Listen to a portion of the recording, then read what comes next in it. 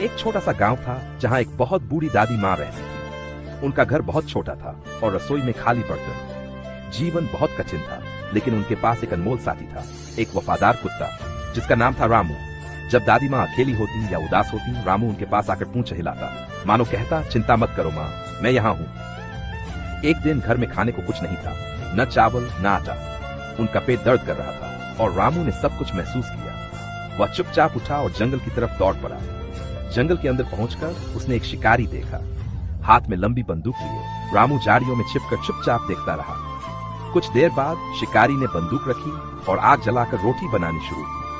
तभी भूख से बेहाल रामू ने हिम्मत जुटाई और शिकारी के हाथ से 2 रोटियां छीनकर तुरंत भाग खड़ा हुआ। रामू अपने ही दम में दौड़ता रहा। शरीर थक चुका था, लेकिन उसके मन में बस एक ही बात थी, दादी माँ भूखी है। आखिरकार वह घर पहुंचा।